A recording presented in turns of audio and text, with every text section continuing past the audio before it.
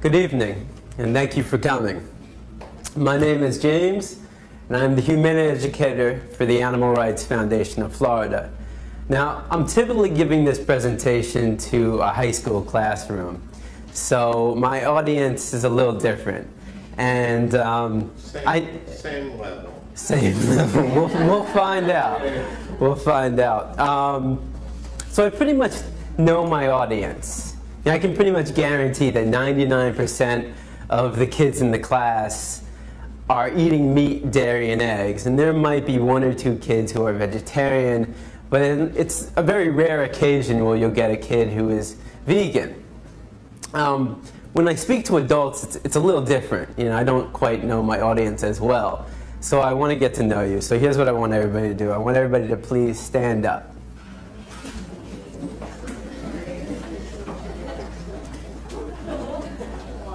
All right, now, if you are vegan, meaning you choose not to eat any meat of the animal, no flesh of the animal, no cows, no chickens, no pigs, no turkey, and no fish, all right, surprise, surprise, a fish is not a vegetable, no dairy, no cow's milk, no cow cheese, no cow butter, no cow ice cream, and no eggs, please have a seat. So if you are vegan, please have a seat. Okay. Now for the rest of you, you'll have to remain standing for the rest of the presentation. All right, now everybody have a seat. There's another benefit of talking to high school kids, and that's they're not afraid to participate in the presentation. They'll say whatever is on their mind, whether I like it or not. But with adults, it's a little bit harder. It's like pulling teeth. Now, this presentation is designed to be interactive, meaning I want you to actually participate. I want you to engage. I mean, think about the presentation. It's like a Rorschach test. Right? I show you a picture, and you tell me what you see. All right. So the maturity level is the same as high school students. It's a mushroom, people. All right. Now, how many of you have ever seen the movie The Matrix? All right, so maybe more than half of us. All right, for those who haven't seen the movie The Matrix, there's a scene in the very beginning of the film where the main character is presented with two pills, one blue and one red, and he has to make a choice. If he chooses the blue pill, he'll fall asleep, and when he wakes up, everything will be exactly the way it's always been. If he chooses the red pill, he'll finally learn the truth. Now, I'm here today to give you that red pill. But let me make this very clear to you. I'm not here to tell you what to do. I'm not here to tell you how to think, how to feel, and I'm certainly not here to tell you what to eat. I'm simply here to provide you with information. Now, what you do with that information is solely up to you. So, what does the matrix look like? Let me show you. Now, despite what you might be thinking, these two circles are not equal. I repeat, these two circles are not equal. One is in fact larger than the other. What I need you to do is determine which one that is. So, please raise your hand if you believe the blue circle is larger than the red. All right. Please raise your hand if you believe the red circle is larger than the blue. All right, very good. Now, before I said anything about these two circles, what was your first instinct? Equal, right? Because they look equal. And the reason why they look equal is because, in fact, they are equal. These two circles are identical. Yet I got just about every one of you to raise your hand and say that they're not. So what do we learn? That you can be manipulated like that to believe in something that goes against your natural instinct. Just imagine as a child you're taught that the blue circle is larger than the red. If you say it enough times, you convince yourself that's the truth. If you're told the lie enough times, it becomes part of your reality. And if enough people are taught that lie, that the blue circle is larger than the red, well, now it becomes part of the culture. And if that culture then passes that misinformation along to the next generation, well, now it becomes tradition. And what we have to remember is that just because we have a tradition doesn't mean it's morally acceptable. Tradition and morality are not always the same. I mean, can you think of any traditions that we once had in the United States of America that we no longer have? That today we think back and that was immoral? Slavery, right? Less than 200 years ago. And that was a tradition. So the traditions we have today doesn't necessarily mean they're morally acceptable. And as we evolve as a culture, so do our traditions. Now, The Matrix is a story. It's a story. When told enough times to enough people, it becomes part of that culture. It becomes the tradition. And this story is being told over and over every day. In fact, if you believe the image on the carton is where you're getting your milk from, you're deceiving yourself. This is a fantasy. It only exists in your head. It's a blue pill fed to you by the industry to get you to buy their product. This is the Matrix, the lie we tell ourselves about where our food is coming from. The reality is far more disturbing. 90 to 95% of the milk, the meat, and the eggs that we consume in the United States are coming from these conditions. Now, this is called factory farming. This is where you take thousands of hens, pigs, and cows. You can find them into warehouses. In fact, every year in the United States, 10 billion, right? 10 billion cows, pigs, and chickens are being slaughtered for food. So what that works out to be is that every second in the United States, 300 animals are killed, just like that. So 300, 600, 900, 1,200. By the time I'm done talking today, there'll be over 1 million animals that have been slaughtered. And most of us don't even blink an eye. I mean, how is it possible that in the United States of America we can slaughter 300 animals every second and not question that? Because of the story we've been told. The story justifies the action. If you say it enough times, you actually convince yourself that's the truth. How many of you were taught as a child you need to eat meat to get protein? I mean, I know I was. How many of you were taught you need to drink cow's milk to get strong bones?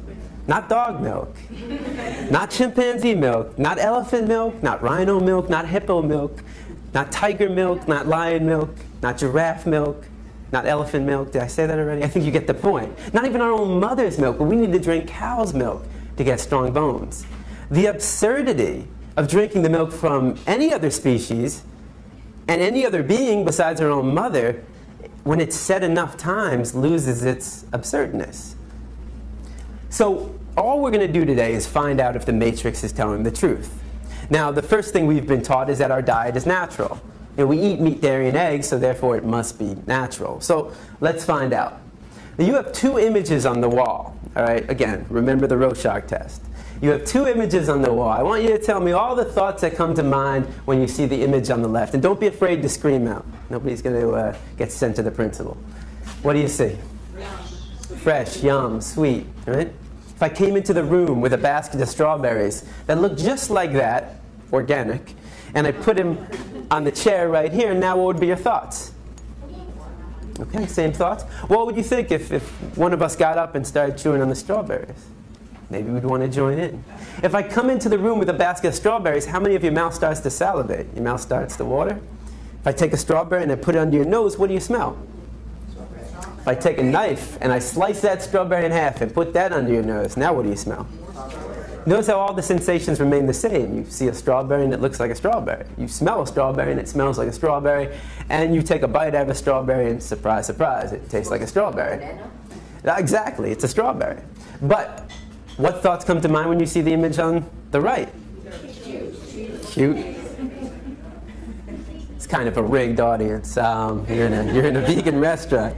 But you know, when I go to a classroom, you know, half the response, you'll get half the kids who say, "Oh, cute," animal. Pig, Wilbur, babe. So half the class will see an animal, and the other half of the class will see bacon, sausage, ham, pig, sweet pork, and hot dog. They'll see a food. It's one or the other. You're either seeing an animal or you're seeing food.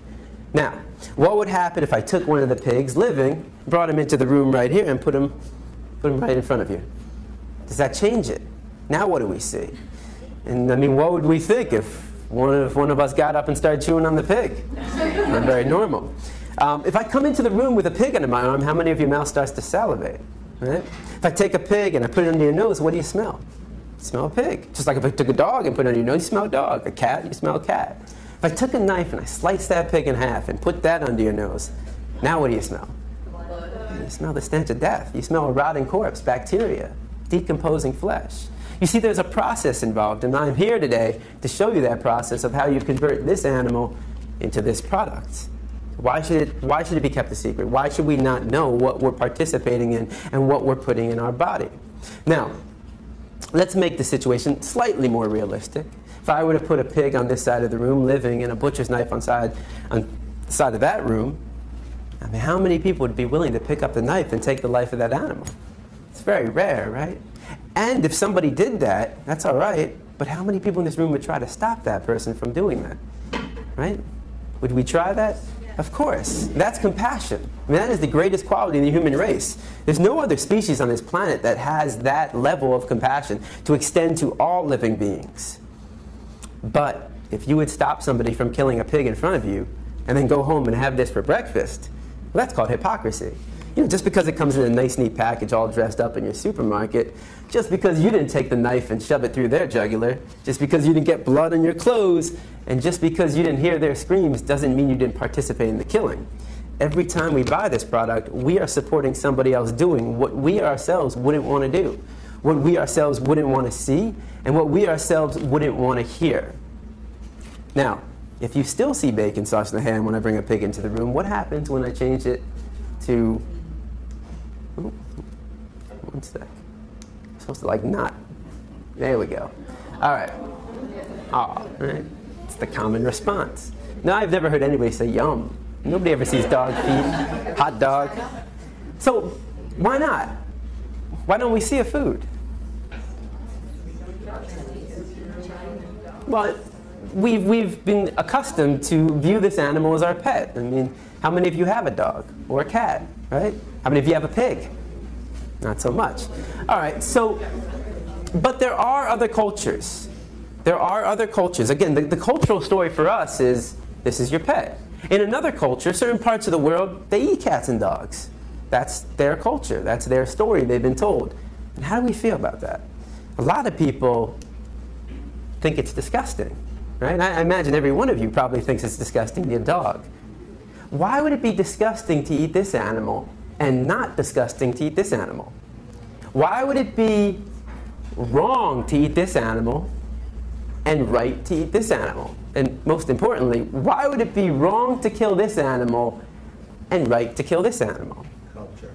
It's culture. It's the story. It's the matrix that we've been told. One culture sees this as a pet, this is a food. Another culture might see this as a pet, and this is a food. Another culture might see them both as food. Certain parts of India, the cow is sacred. They would never think about eating a cow in certain parts of India. Is that wrong? Is that unnatural? That's just the story they've been told. But culture is just a story. That's all it is. It's just make-believe. What I'm concerned with is what is natural to the human species. Because every culture has a different story. But you take somebody from Asia, Africa, South America, North America, Europe, and we're all the same species. We're all human beings. So let's take a 3-year-old from any country in the world, and you put that 3-year-old in a room, and you line up 5 animals in front of that 3-year-old. A pig, a dog, a cow, a cat, and a chicken. Do you think the 3-year-old is going to know which one to eat and which one to pet? What's the 3-year-old most likely going to do, or try to do? Play with them all.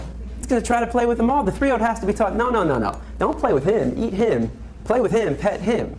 That's what we were taught. We didn't choose our diet. Our diet is a learned behavior. We were raised to perceive this animal as your pet and this animal as your food. But that's not the natural perception. The natural perception is that they're all of our companions.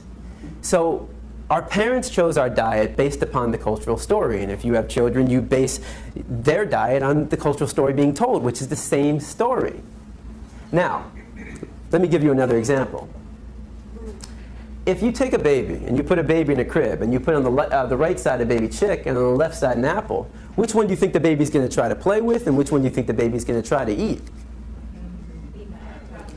Most likely, I put the inanimate object, in this case the apple, in his or her mouth. And if the baby, most likely will be piqued by the interest of the thing moving, in this case the thing being actually a living being in the chick. Now, if the baby tries to eat the chick, what's the chick going to do? It's going to run away or peck at him. Now, if you walked into a room with a baby in a crib, playing with an apple and chewing on the head of a live chick, what would you think of that baby? Like demon baby? You gonna allow that demon baby to play with your baby instead of a play date? Probably not. So if it's not all right for a baby to cause harm to an animal, even when they don't know any better, why does it become more acceptable as we get older, when we do know the difference between an apple and a baby chick? The question is, do we find it acceptable to cause harm to an animal? Well, let's find out. If you don't walk outside right now and you saw somebody taking a baseball bat to a dog's head, what would you do? You take action. At the very least, you'd call the police because you recognize that as a violation of this animal's right to be free from harm. We're all given that right at birth. Every animal on this planet, whether it's a mammal, whether it's an amphibian, whether it's a bird, a reptile, a fish, an insect, we're all earthlings. Human beings as well. We are all earthlings. And what do all earthlings have in common? Two things. We all want to live. We all desire to live. That is what creates the equality in all of us. We all want to live. And the second thing is we all avoid pain. Those two things make us equal. From the largest land animal on earth, the elephant, to the smallest, the insect, the ant, and everything in between, from the dog, the pig, to the human being, we all desire to live, and we all avoid pain. Now, if you were to walk outside right now and you saw somebody taking a baseball bat to a pig's head, would your emotional response not be the exact same thing? Of course. Because the question for you is, what's the difference? What's the difference between the two? Right? Is there a difference? You might think one is cuter than the other, but that says more about you than anything about these two animals. A lot of kids will say, well, the nose looks different. I say, but they both got a nose to smell. Some kids will say, well, he's got hooves and he's got paws. I say they both got feet to walk and run. Some kids say, well, his ears are going up and his ears are flappy. They both got two ears to hear. They both got two eyes to see. They both got a heart to beat and a mind to think. And the reason why we would take action for both of them is because we recognize the equality between them and not the difference. Any difference is insignificant. The similarities, though, are striking. We know they're equal. Yet every time we sit down for a meal, we create that separation. We create that inequality. It's just like we knew the two circles were equal, red and blue. But all it takes is somebody to tell you a story. Now, what we most importantly recognize is that all animals have feelings. But how do we know? I mean, how do we really know? Or how do we even know that humans have feelings? Well, I mean, of these feelings, what's most important to you? Happiness, right? How do you know if somebody's happy? If I said to you right now, this is the happiest moment in my life, would you believe me? Hopefully not, no offense. So, how are you going to tell if somebody's happy? They're smiling, they're laughing. I could take somebody in this room who doesn't speak your language, but you can tell how they're feeling by their expressions, the sounds. It doesn't have to do with a language, though. What about other animals? Well, they wag their tail, they bark, they jump up and down, they play with each other, they lick. So all these are signs of how they feel. What about pain, though? If I said to you right now, my right hand is killing me, would you believe me? I haven't given you any signs. It might, though. It might be killing me. There's only one person in this room who knows if it's actually killing me. That's me, of course. If I say, well, let's say I was to trip over my feet here, though, and nail my head against the side of this table, start bleeding profusely out of my head, and I'm screaming on the ground, would you believe I'm in pain? Of course, I'm showing the signs. Here's the test. You take your hand, you put it over a flame, what happens? Burns, right? What's your reaction? Pull back and scream. You take a dog's paw, put it over a flame. What's his reaction? Same thing. Pull back and scream. You take a pig's leg, put it over a flame. Same reaction. You take a dog, a pig, a cow, a chicken, a goat, a duck, a horse, a rat, a mouse, any animal that's living, put a body part of the flame, they all have the same reaction. You take a fish out of water, and what's their reaction? Start flopping around. Why? They can't breathe. You want to know what it feels like to be a fish out of water? Have your loved one put your head underwater and not let go. And it really wouldn't be your loved one, though, if they're doing that. That's what it feels like. Of course fish have feelings. They're not vegetables. If you take a vegetable, you take a plant, you take a strawberry, and you put it over a flame, and what happens? It melts. It doesn't have feet to run away. It doesn't have a mouth to scream, a nose to smell, eyes to see, ears to hear, a heart to beat, and a mind to think. And a lot of kids will like to give this one. Before you say, well, plants have feelings, they don't have a nervous system. They don't have a nervous system. Without a nervous system, they can't feel pain and happiness the way that animals and humans can. So the question is, when did we learn this? When did we learn that animals have feelings? Hopefully this isn't the first day that you learned this, right? When you were younger, right? And how did you learn it? Maybe you had a cat or dog. All you have to do is go outside and just experience any of the animals outside. And if they run from you, it means they're scared. If they come up to you, you probably have food or something and they want it. So we understand this through the experiences we have. In fact, think about the books that were read to you as a child, the songs you listened to, and how about the movies? Now think about the movies we show to our kids. What do all these movies have in common? What are they about? What kind of animals? Farmed animals. Even fish are being farmed. You have pigs, chickens, cows, and fish. These are all the animals we eat. What's the common theme in these movies? They're running. Yeah, they're being saved.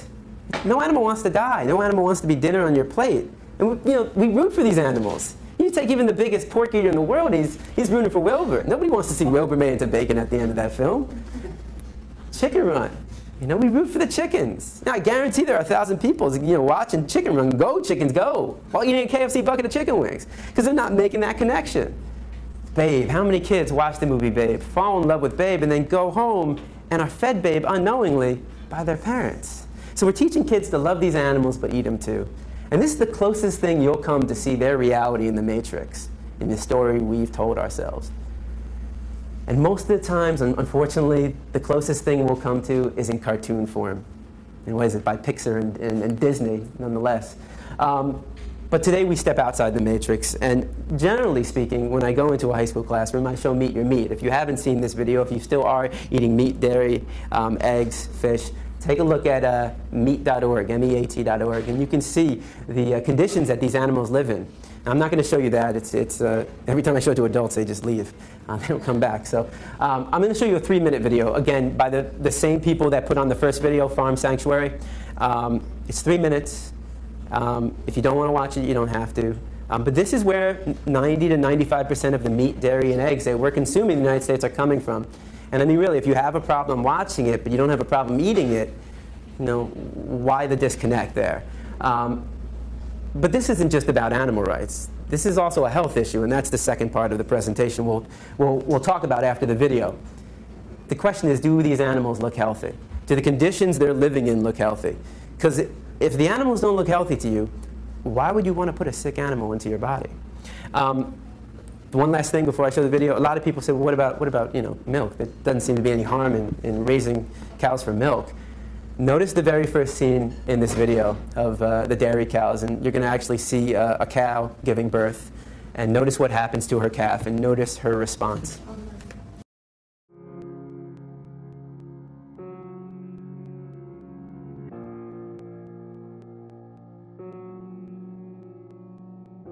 If I could talk to animals that are being confined and abused now in factory farms, I would say I'm sorry for what we're doing to you.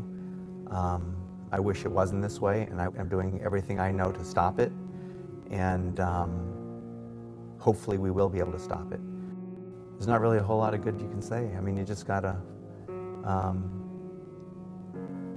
hope that it can stop, and hope that people will recognize the harm we're causing and will choose a different way. Meat, milk, and eggs come from real animals. They don't just come from the grocery store. And these animals desire to live, and they want to be free of pain and suffering and fear. And on today's farms, these animals only know fear and pain at human hands. They never know human kindness. They never know mercy. And when people buy these products, they are unwittingly supporting that type of cruelty and that type of callousness.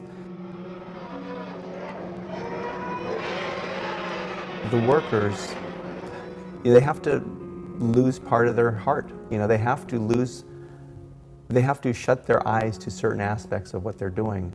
Can you imagine what it would be like to cut the throats of animals for 8 hours a day? It's a bloody, violent job, and nobody should have to do it. I don't know what it means that, we can participate in such cruelty without paying attention to it, without caring about it, without wanting to do different. Citizens want to assume that animals will be treated humanely, that there are laws on the books to prevent cruelty, and people are usually surprised to learn there aren't.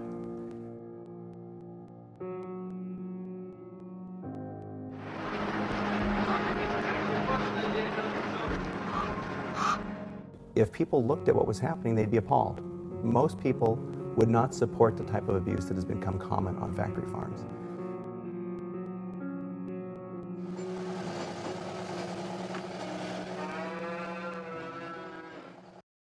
The common response is, why is this happening? And there's a very simple explanation for why it does happen. If you were to walk outside right now, if you walk down US 1 and you walk further down, let's say you came to a restaurant that just opened up, right? They were serving cats and dogs. That was their main item on the menu. How many of you would be out there right now protesting? Guarantee, before the day would be over, you would have that place shut down, right? Walk down the street, a few blocks down, you'll come to a steakhouse. I don't see anybody protesting. I don't see that place being shut down. Why? Because we've been taught to perceive this animal to be different from this animal. And veganism is simply changing your perception. That's it. That's all it is. You just change your perception. We don't have to participate in this. This is not necessary. A lot of people will say to me, well, what about, if we just created better conditions? What I'm saying to you is it's not necessary to kill an animal. You don't have to kill animals. We don't have to drink their milk. We don't have to eat their eggs. It's just not necessary. I mean, people talk about humane slaughter. How do you slaughter something humanely? I mean, is that like where you rub their belly, give them some milk and cookies, and you chop their head off? If I did that to one of you, would everybody be like, well, at least you died humanely? You can't do anything violent humanely. I mean, if I were to, can I humanely rob you? Humanely rape you? What does humane theft look like? Is that where I come up to you and I say, hey, I need you to do me a favor. I need you to come up here and take your wallet, put it on the table right here. Take all the credit cards, cash, everything, put it on the table right there. Pretty please, with a cherry on top. Would that be humane theft? I mean, would everybody be like, hey, if I'm going to get robbed, I want him to do it? He's pretty nice about it. Of course not. Nobody wants to be robbed. Nobody wants to be killed. Nobody wants to be raped. It's not necessary. And think about it this way. How many of you do not own a fur coat? Raise your hand if you don't own a fur coat. Yeah, that's what I thought. Why? Why don't you own a fur coat? Because it's cruel and unnecessary. Because it's cruel and unnecessary. What about if I said to you, you know what? We're going to take some minks, all right? We're going to raise them for, fur coat. We're going to raise them, but we're going to give them a lot of room. We're going to cage free range, organic food. They're going to live like kings and queens until we kill them, of course. After a few weeks, a few months, they won't live to their natural age. But we're going to create humane fur. Would that be acceptable?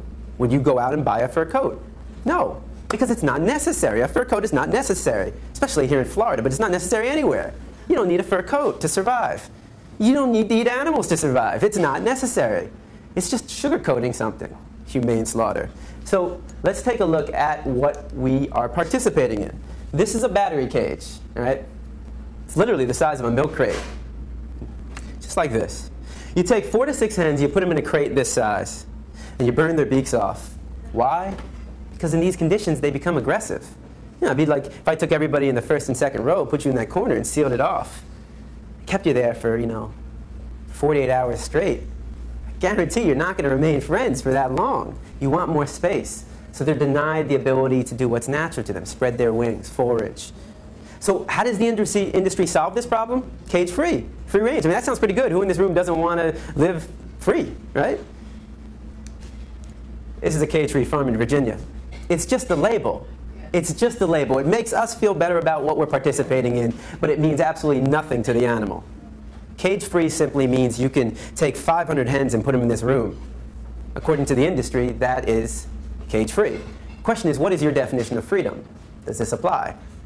Now, even on the old McDonald's farm that we all have stuck in our head, even if you find that magical farm, and good luck finding it, it doesn't matter. Because all male chicks born in the egg industry are thrown out. Literally. Why? It seems kind of wasteful. Why throw out the male chicks? They don't fit into the equation. They don't serve any purpose to the industry. So we cage them, we debeak them, we still cage them, call it freedom though. We can still debeak them in these conditions, and we throw out all the male chicks, whether it's cage-free, free-range, or organic. Whoops, that was the wrong way. All so that we can have this. Well, might as well get to know what it is. What is an egg? A lot of people think it's a baby chick. It's not a baby chick. A lot of people think it's a fetus. It's not a fetus. It's not an embryo, which is good. I mean, I don't know why anybody would want to eat a fetus or an embryo in the first place. So what is it? Well, it's an unfertilized egg. That doesn't sound that bad at all. All right. Well, once a month, every woman in this room, or maybe not every woman in this room, sheds, or at some point, sheds an unfertilized egg. What is that called? Period. Congratulations. You're eating a hen period. It's the menstruation cycle discharge of a hen. Now, I'm not going to eat a woman's period, just like, why should I have a hen period? There's no need to eat any period from any living being. It's disgusting, and, we should call it what it is. I mean, if we were just, when we were young, when we were kids, and, our parents said, hey, you want some scrambled hen periods for breakfast? I'll pass. It's like honey. What is honey? Yeah, it's vomit. It's regurgitated throw up. They throw up for their own cells. They take the nectar, they digest it, and they throw up. And it's for their own cells. They're not producing it for us. We call it honey because who in their right mind would want to buy a product called bee vomit? I mean, you put vomit next to any product in the supermarket, and I guarantee it's not going to sell. Doesn't take a business expert to realize that. All right. What about milk? Well, even your happy cows in California are hooked up to machines. This is the way it is. All right. Now, when does a cow start producing milk? During pregnancy. She starts lactating during pregnancy, right? It's funny. I mean, I've been to a lot of schools, and I'll get even high school teachers who will say, I didn't know that. I just thought there was this magical cow that just produced milk. It's like, okay. All mammals produce milk when they're pregnant. And how does she become pregnant? Well, we like to think they get to have sex, right? At the very least, they get the pleasure of sex. But there's no sex on the farm. The farmer's not going to wait for a cow and a bull to get it on. He's not going to set the mood, light some candles, put on Barry White. It's a business. He's running a business, and the business is not in the welfare of the animal. It's in producing a profit. So how do you get a cow pregnant without a bull? Artificially inseminate them. If you were to artificially inseminate a woman without her consent, what would that be called? Right. I am not saying a woman is a cow, but I am saying rape is rape. I mean, just look up the definition of rape. Exerting your power over another sexually. So what's your definition of another? Does that only apply to women? How about men? How about other beings? Well, now she's pregnant. She gives birth. What happens to her baby? All male calves born in the dairy industry, like if you were here in the beginning, the Saving Billy, all male calves born in the dairy industry are immediately taken away from their mother, chained by the neck to a crate, deprived of their mother's milk, fed an inefficient diet so that their body become anemic, so lack of iron. They will never be able to turn around, will never see the light of day. Every glass of milk supports this industry. And some people say, well, veal is the cruelest industry, or foie gras, where they shove a pipe down a duck's throat.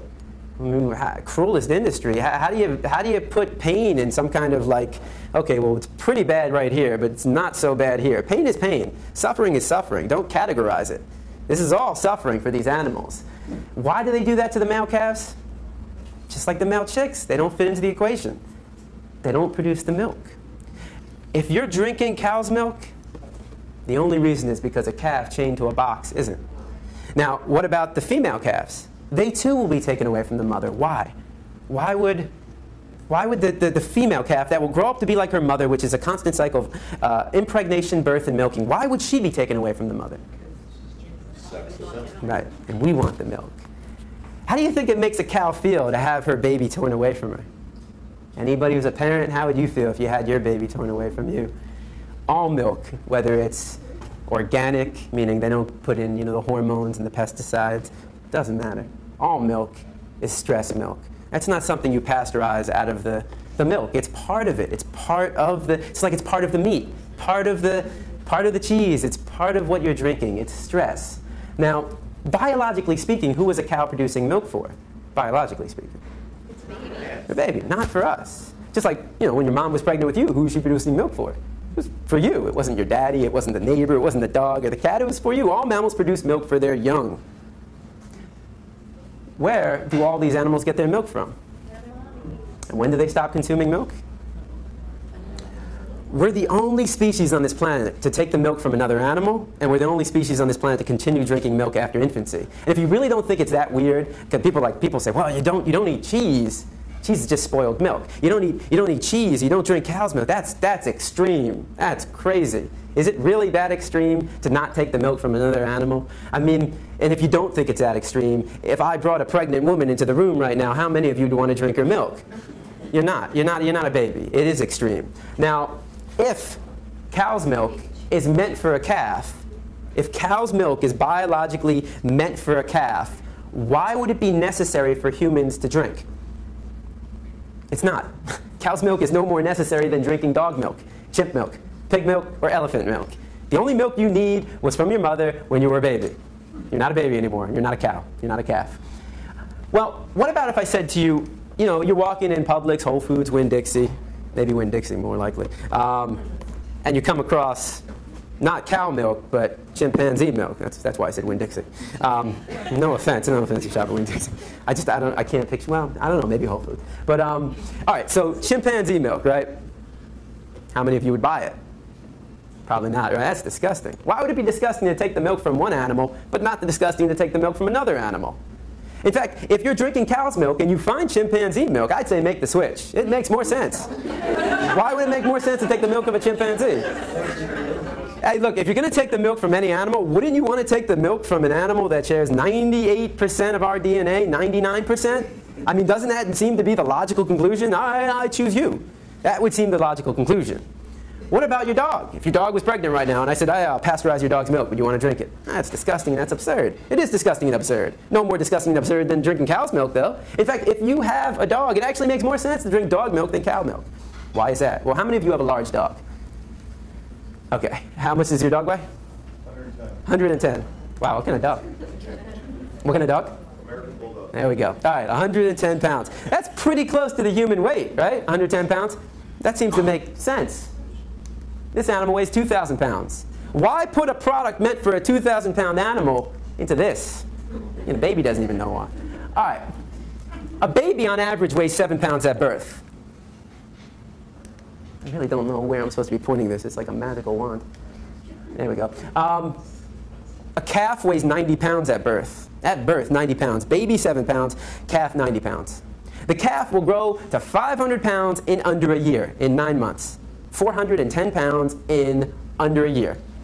What makes them grow so large so fast? The milk. But of course, they're not getting the milk. And if it's not organic, what are they getting? Hormones. They're getting steroids. Again, that's not something you pasteurize out of the milk. And how do you keep animals healthy in these conditions? You pump them up with antibiotics.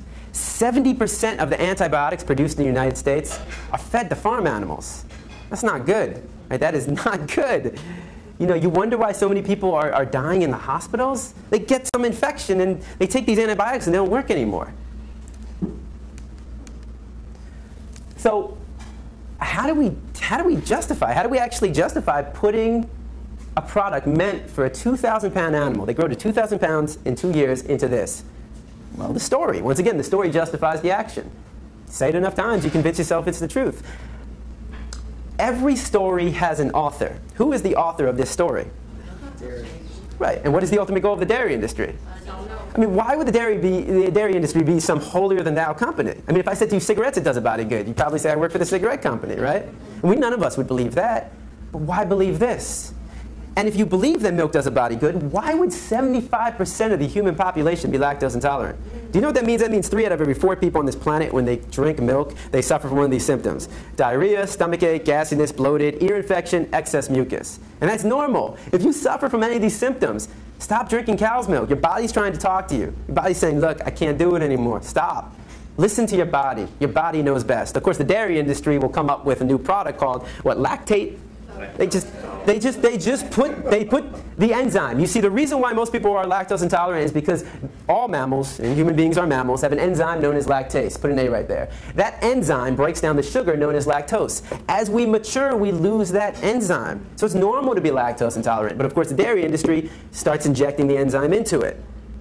That's not normal. That's not natural. And again, you're going against what your body is telling you. You know, the dairy industry says, listen to us. We know better than your body. They don't. Your body knows best. You are your best doctor. But it must be good for kids, though, right? I mean, because every school I've been into, elementary, middle, and high school, is all one product being served. What product is that? Milk. Well, what's the number one cause of food allergies among infants and children? Anybody want to take a wild guess? No shit.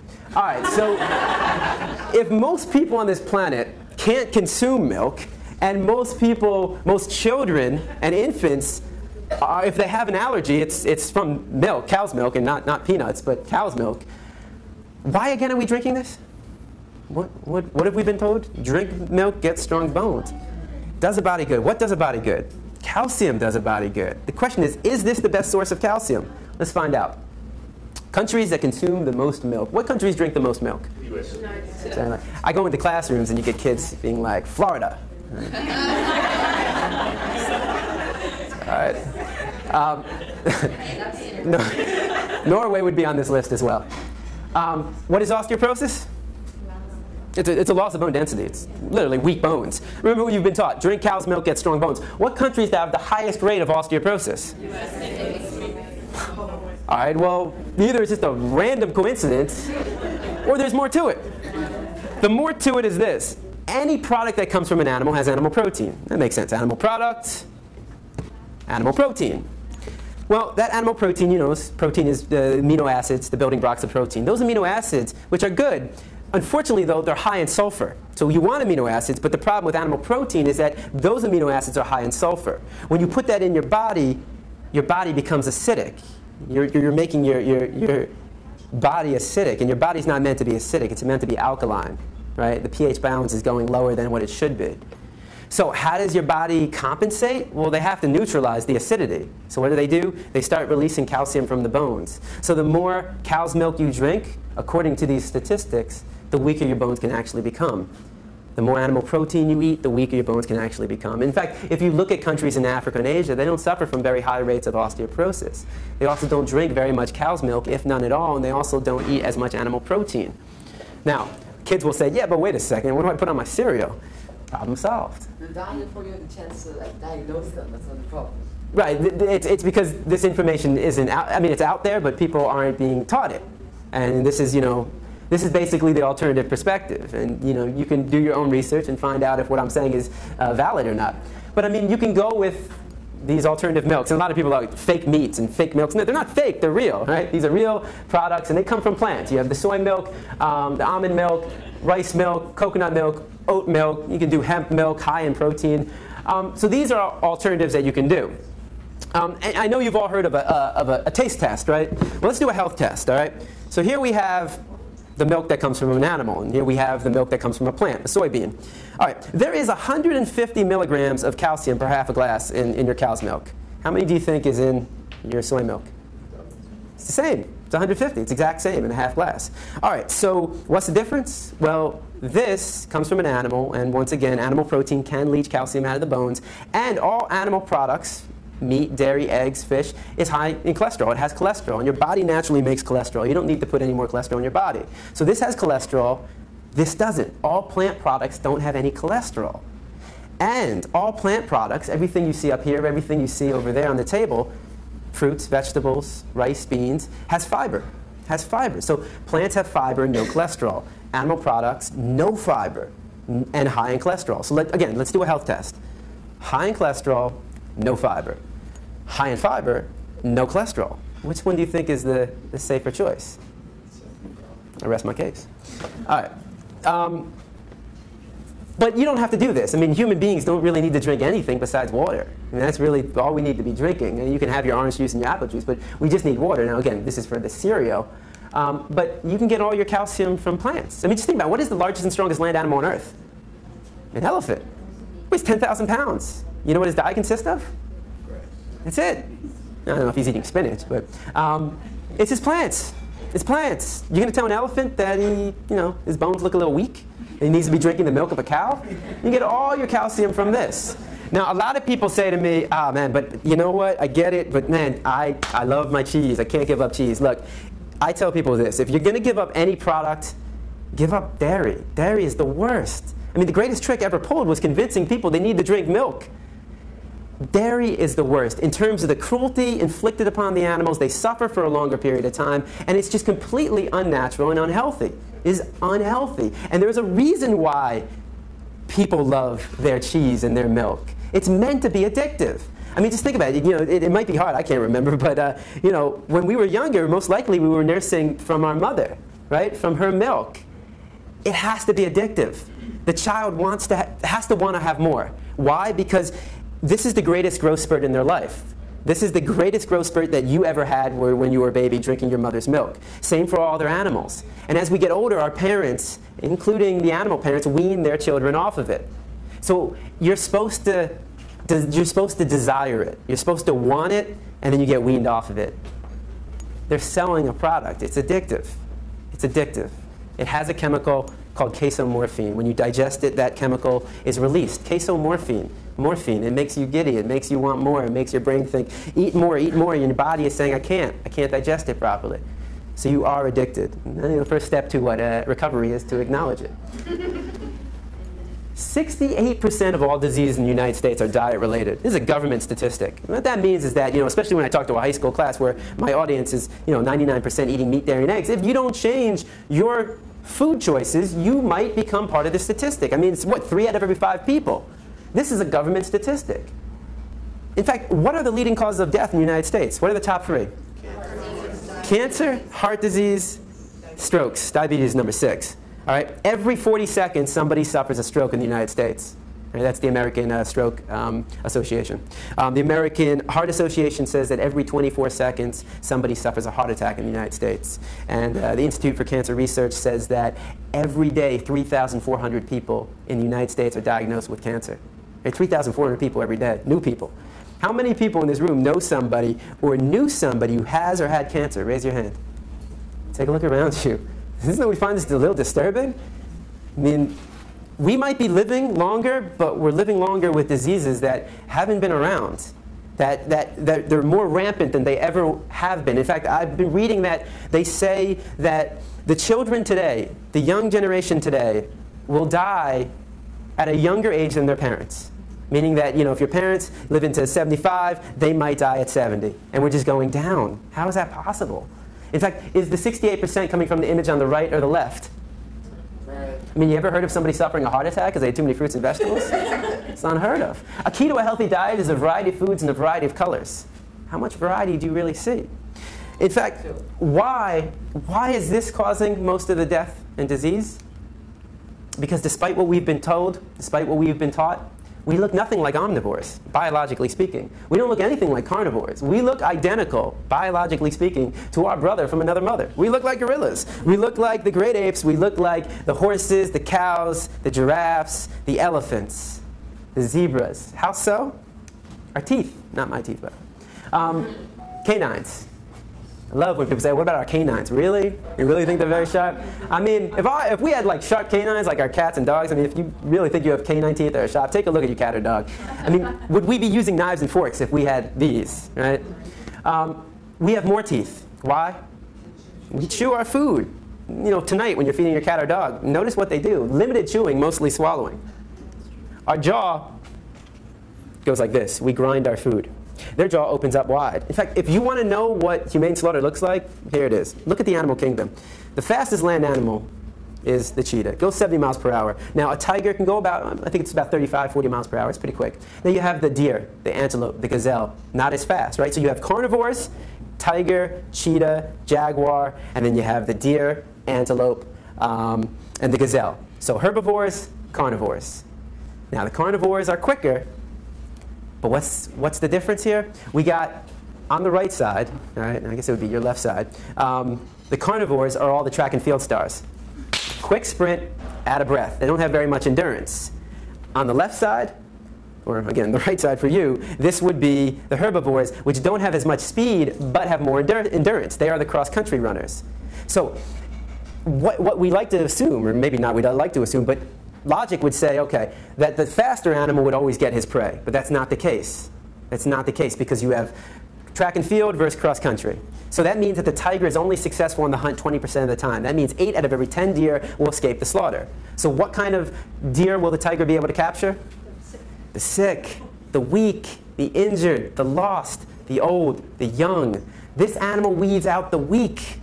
We're not doing anything like that. In fact, if we were meant to be on top of the food chain, don't you think we would have some claws to rip through flesh? I mean, if I brought a pig into the room and asked you to kill the pig with your claws, the pig would probably enjoy it more than anything else. And this is perhaps most important. Your intestines, and Simba will be my representative.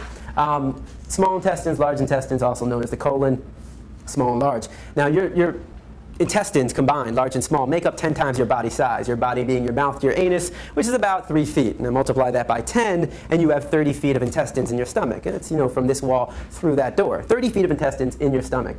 Carnivores, omnivores, it's about 3 to 6 times their body length. So let's say that Simba, it would be about, anywhere from 15 to 20 feet. 30 feet, 15 feet. Whose food gets traveled out quicker? Simba's, which is good, because you can call it bacon as much as you want, but once it's in your body, it's no longer bacon. It's decomposing flesh. It's bacteria. And it builds up, and they have, by the way, 10 times the amount of hydrochloric acid to break it down. So we don't even have the pH balance and the enzymes that break it down properly. So what happens? It leads to clogged arteries, which leads to heart disease, heart attacks, strokes, diabetes, high blood pressure, high cholesterol, and obesity. You ever heard of a tiger suffering from high blood pressure, high cholesterol, strokes, obesity? You know why these animals don't suffer from these diseases? Because they eat what's natural to their anatomy. When it comes to diet, we are the dumbest species on this planet. What do these two things have in common? Mercury. Mercury. In fact, there's a warning label. There's a warning label on fish. I don't know if you've ever seen it. You know what it says? Certain people should consume it, men or women. Pregnant women. All right. Hopefully it's not a pregnant man. All right. Pregnant nursing women, women who may become pregnant, young children should not eat the following fish, including tuna, because nearly all fish and seafood contain some amount of mercury, chemicals known to cause cancer, birth defects, and reproductive harm. What else does the government tell women not to consume when they're pregnant? Alcohol, cigarettes, and drugs. So basically, the government's saying, hey, look, if you're thinking about becoming pregnant, lay off the drugs for a little bit and stop eating fish. If it can do that much harm to a woman, why would anybody want to consume it? And I mean, do I really need to, say, at this point, do any one of us want to touch any food that comes from the sea? All you got to do is turn on the news. Open up a newspaper, and what do you see? Oil spill. Why? Why would you want to put this? I mean, here's how it works. You take a small fish in the Gulf right now, right? Very, very small fish. That small fish is inevitably going to swallow some oil. It's going to swim further out, maybe miles away from the spill, and will get eaten by a larger fish. And then that larger fish is now contaminated and will swim out even further. And that larger fish will then get eaten by even larger fish. Now that even larger fish is contaminated with oil. And then we catch that even larger fish, and then we eat it. Cooking the animal is not going to get rid of the oil. It becomes part of the meat. So why do we consume it, though? Why do we consume, this flesh of an animal? What have we been told? You need to eat meat to get protein. Protein, right? But how many grams of protein are we supposed to get? Does anybody know? 5 to 1 kilogram, by the way. Okay, in terms of grams per day? It'd be about, World Health Organization says 40 to 50, about that. 40 would be for the average female adult, 50 would be for the average male adult. But it's funny how we don't tell that to kids. I mean, I only learned this recently myself, too. I mean, going through my whole life and never really bothering to find out, and nobody ever bothered to tell me. It's like, saying, here, have the keys to my car, go, pick up some stuff from me, go get my groceries. But I didn't teach you how to drive the car. Teaching kids, you got to eat it, but not teaching them how or how much. Now, again, let me show you how easy it is to get protein, all right, especially here in the United States. All right, your standard American diet for breakfast, you got your bacon, you got your cow's milk, and you got your hen periods.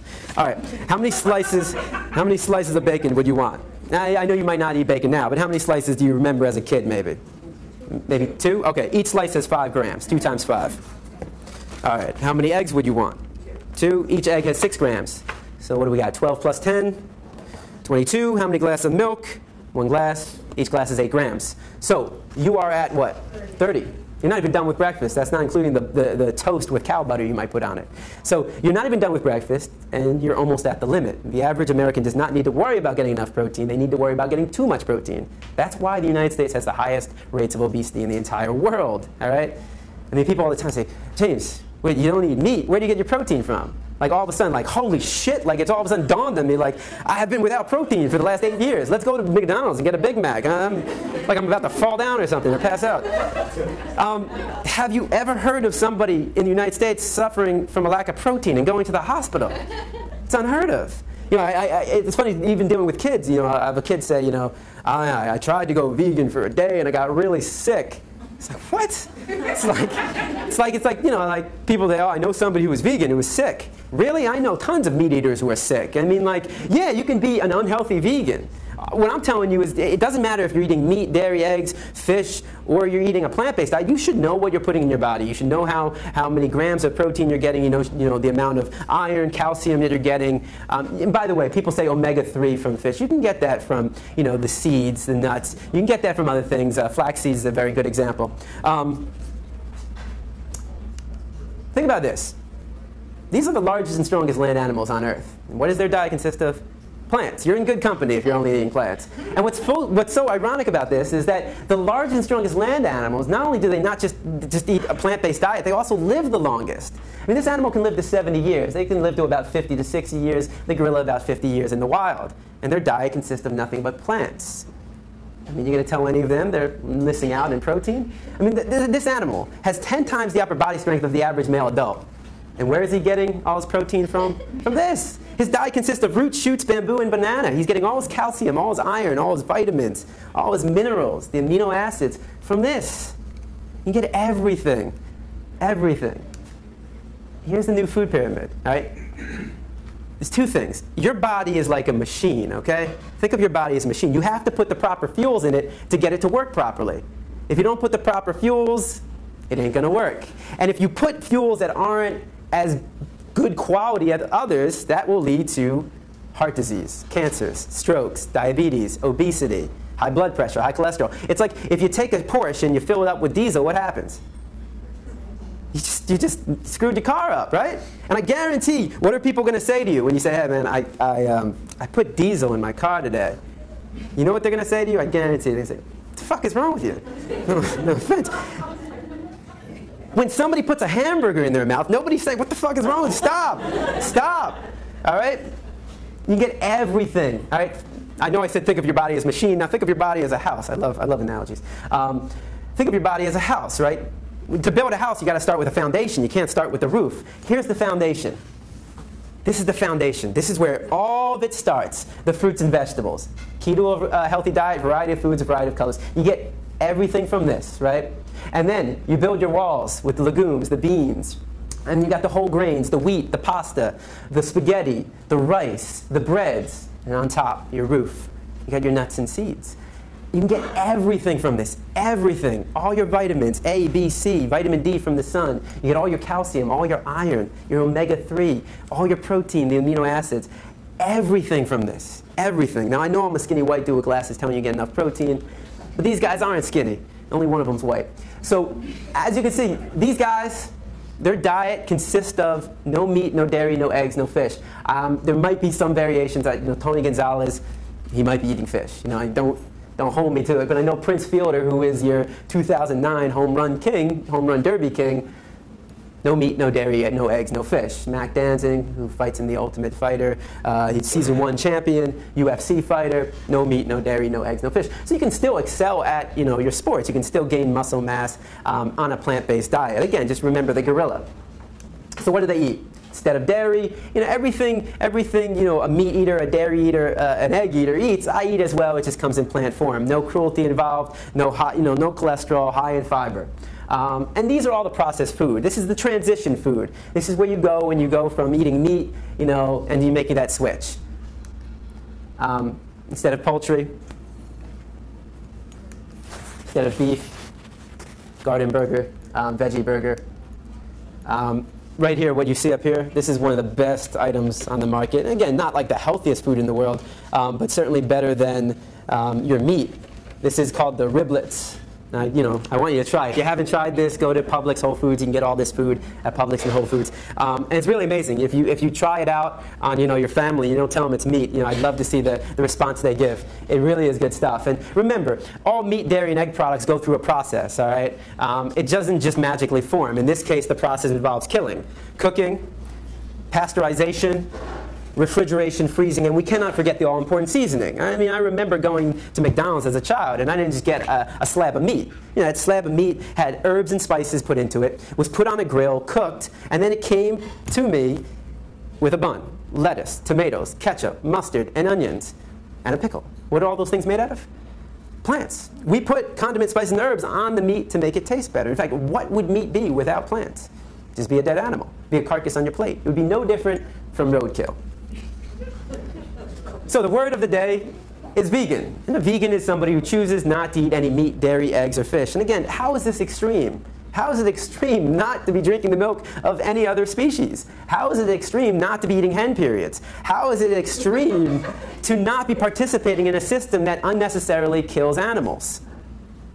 A lot of kids say, man, even after all this, they're still like, what do I eat as a vegan? Now, all these products are vegan. There's no meat, no dairy, no eggs, but this is all crap. This is unhealthy. This is the junk food vegan. And you know, kids get all excited. All right, I'm going vegan. I eat just nothing but... It's like, God only knows what to tell the parents. You know, if your diet consists of nothing but Oreos, Skittles, Airheads, Fritos, Sour Patch Kids, and Big League Chew, you're going to die. This is unhealthy. I don't know if kids hear that, but, you know, all right, I'm going to live. On a healthier note, you know, you have your scrambled eggs, I have my scrambled tofu. Pancakes, you don't have to use cow milk. Use soy milk, oat milk, rice milk, almond milk, coconut milk, hemp milk, fruits and vegetables. Spaghetti, pasta, refried beans. You even have vegan sour cream, guacamole, comes from the avocado. Soy cheese, rice cheese. They even, you know, have this magical cheese I'll get to in a sec. Veggie burger, veggie dog. Cupcakes, they have egg replacers. I think I'm going to have them up here. So you can replace the eggs with bananas, applesauce even. You can use soy milk, oat milk, more flour, water. Coconut milk ice cream, one of the best ice creams in the world. Again, not healthy, but you know, healthier than cow milk ice cream. You know, I've always said to people, hey man, if you can put a man or a woman on the moon, how hard is it to make a cheese that doesn't come from a cow or, you know, a goat? Like, how hard is it to make a vegan cheese? Well, they heard me. This is called Dia cheese, actually. And its great thing is no soy, no rice. It's actually made out of tapioca and arrowroot flour. I know that's not making your mouth water, but man, it is good. Here's another example of where you can get your protein from. This is a vegan sausage. It's about that big. It's the size of this remote. And there's 4 in a package. Each one of these has 29 grams of protein. And again, the healthiest food you can eat is the whole foods. I don't mean the supermarket. I mean the fruits, the vegetables, the rice, the beans. You know, stuff that's fresh. That's not processed. The last thing I do want to show you is another video. This is a happier video, and this is the whole idea of change in perception. I know I'm keeping you here, Jesus, longer than you probably wanted, but this is a really beautiful story, and I hope you enjoy it.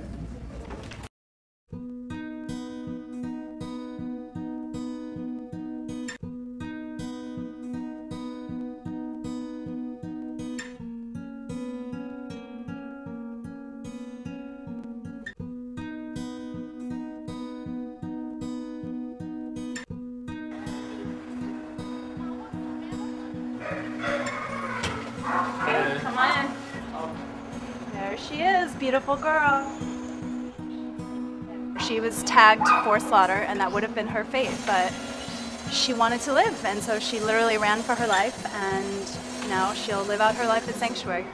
It's interesting how the public responds when one individual animal, you know, makes a run for her life. They end up making headlines on national news. People's hearts go out to this one individual animal. The cruelty that happens to farm animals is largely hidden, you know, behind factory farm walls, and people aren't aware of it. When you look in her eyes, you know, everyone wants the best for her once they get to know her. And when people are able to identify with an individual and look her in the eye and see that she's a living, feeling being who has a will to live, then people care. I've been working here with animal care and control for almost 9 years. This morning was really astonishing to me. All of a sudden, it dawned on me, this sweet, innocent cow running away from being slaughtered. And I never even thought about it before, that something is actually being slaughtered and it's my ground beef and it's my dog on steak and stuff like that, and we've been eating this for years. I never pictured that face on that, and it hurt. I can't do that. I can't. So now we're gonna work on not eating me and my entire family. Because I'm realizing that this is a life that was saved today. And with my family, we'll be saving a couple more. Thank you. She looks like she's about a year old. Absolutely beautiful Hereford. And those, unfortunately, are cows that they use for meat. She's most likely at a live market. And because they have a very strong will to live, like any living creature, she got loose. She had a will to live, and she did it. Hello. And where she's going now, she's going to have like cows of her own breed even. She's going to be so happy. When the trailer arrives, the cows in the herd will moo. Yeah, they will move in a big line. Everybody lines up. They will start mooing to her to comfort her and to tell her that they're there, and she will moo back. Any animal, any creature has a strong will to live. She's an ambassador for all animals who are still suffering in slaughterhouses and on farms and who don't have such a lucky outcome. People love a happy ending, and it's happy.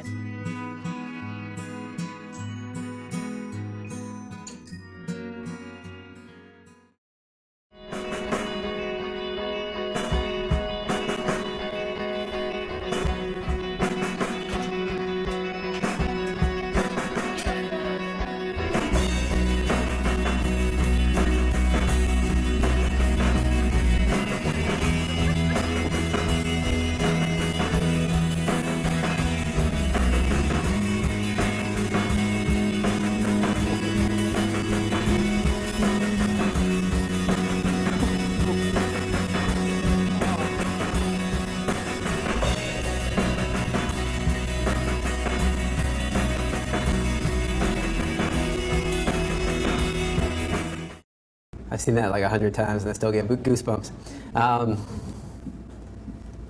It's simple, you know. It's unnecessary. It doesn't have to be this way. You change your perception. You change the story. That's all it is. It's just the changing of the story. And you know, we can't wait for other people to do it. We have to do it ourselves. Every animal wants to live. Every animal wants to live, and no animal wants to experience pain. If you guys want more information, you can always email me at james@arff.org. You can visit our website for all of this information, arff.org. We're giving these presentations throughout the year. This is obviously every last Sunday of the month. I give these presentations here at Sublime, 5:30 to 6:30. I know we're gone over. But also, we go to juvenile detention centers. We go to high schools. We do many different presentations on different subjects as well. Right now, I'm spending most of my time in camps. It's been very nice not to have to say, if you can hear my voice, clap once. Don't put that in your mouth or your ear. So yeah, if you want more information about what we do, all these presentations are free. They're all free. We give them free. So if you're interested in having a presentation at your school, if you're a teacher, at some community event that you might be running, we do everything. You know, it doesn't matter what it is. You know, birthday party, bar mitzvah, bat mitzvah, circumcision. Maybe not the circumcision. All right. Also, I do want to say there's a lot of information out there. We have starter kits. We have Why Vegans, to talk about the ethical aspect of veganism. There's also, again, more information on the Animal Rights Foundation. This is a card. This has a list of all the veg-friendly restaurants in South Florida, Miami-Dade, Broward, and Palm Beach counties. Definitely take one of these. It's all out there on the table. This is my card as well. If you have any questions, you can come see me. If you did not print out the email, if you were on the Sublime list and you want $10 off tonight, it's only for the table. So yeah, I apologize for that, but it's for the table. So not everybody at the table gets it. It's just, or maybe no, you know what? I'm wrong. I'm totally wrong. It's for two. So it's if you have a group of 4 people, you get 2 of these. And thank you guys for listening. I hope you enjoyed it.